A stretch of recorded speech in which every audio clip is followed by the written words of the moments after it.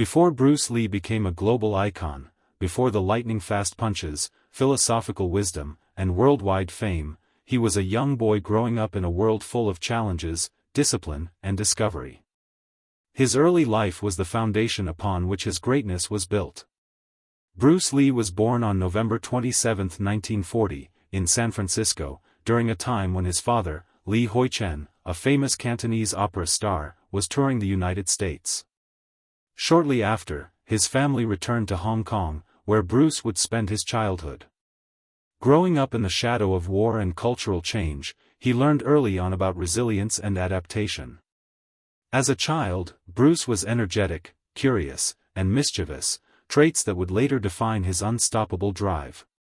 He appeared in films as early as the age of 6, following in his father's footsteps as a child actor. However, behind the camera, Hong Kong streets became his real school. Street fights were common, and Bruce often found himself in trouble.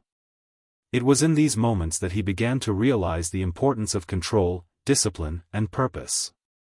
After being involved in several fights as a teenager, Bruce's parents decided he needed direction.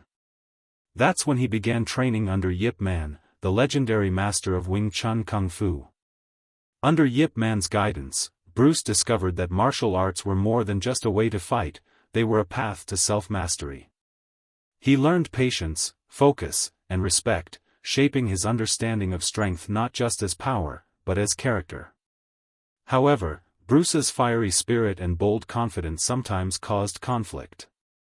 He was half Chinese and half European, and in a society divided by tradition and identity, he often faced prejudice. These early experiences with cultural rejection planted a seed in him, a desire to rise above barriers and prove that one's worth isn't defined by race or origin. In his late teens, Bruce's street fighting reputation grew, and after one serious altercation, his parents sent him back to America to start a new life.